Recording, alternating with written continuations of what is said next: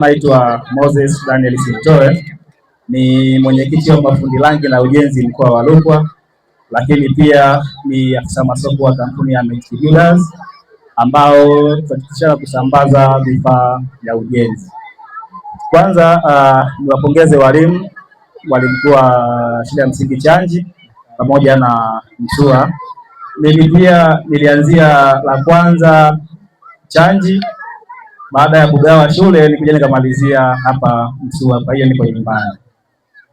Sasa tulikuwa na kampeni ya tokomeza utoro mashuleni. Tumeanzia shule ya Maflala, Mazuntiswe na kwingine kwingi.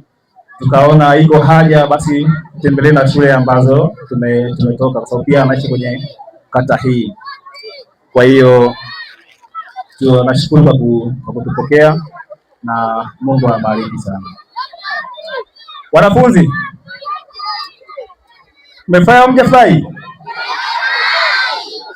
Lakini pia walimu tunakuwa na mambo yafuatayo. Moja, tunatoa zawadi kwa wanafunzi watatu waliofanya vizuri, lakini pia tunatoa zawadi kwa wale watatu wa mwisho wale ambao wamefanya vibaya. Lakini lengo la kufanya hivyo ni kwa motivate, wasijisikie unyonge, waamini kwamba pamoja na kufanya vibaya wana uwezo pia wa kufanya vizuri kama wale wengine. Lakini pia tunatambua kwamba wapo watoto ambao wana vipaji lakini pia wana uwezo mzuri darasani, ila wazazi kulingana na mfumo wa maisha tunaoishi inakuwa ni ngumu sana kufanyaje kumudu zile gharama. Kwa hiyo kwa wale watoto ambao wana vipaji pia kuna namna ambayo tunawashika.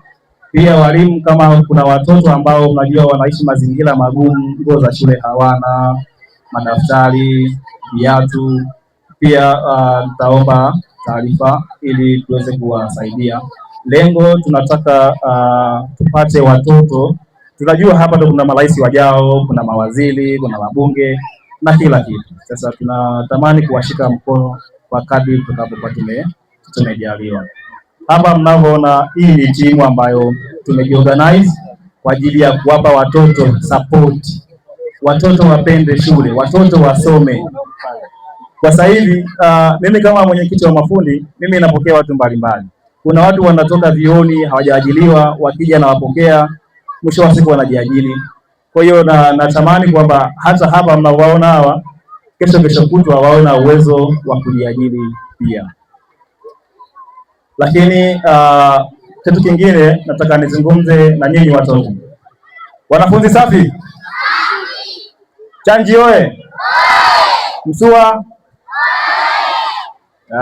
Mimi pia nilisoma hapa, sawa? Sisi ndio tulikuwa wanafunzi wa kwanza kumaliza kwenye hii shule.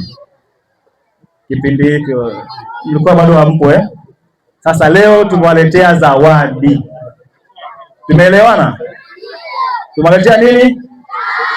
Lakini tunatoa zawadi kwa wale ambao wamefanya vizuri kwenye masomo. Tumeelewana? Lakini pia wewe ambaye hautapata zawadi, usifanyaje?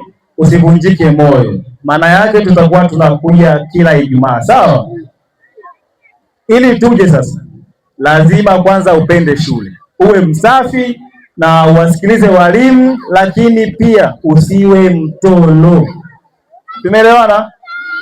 Ukiona mwenzako anataka mwambie walisema acha nini?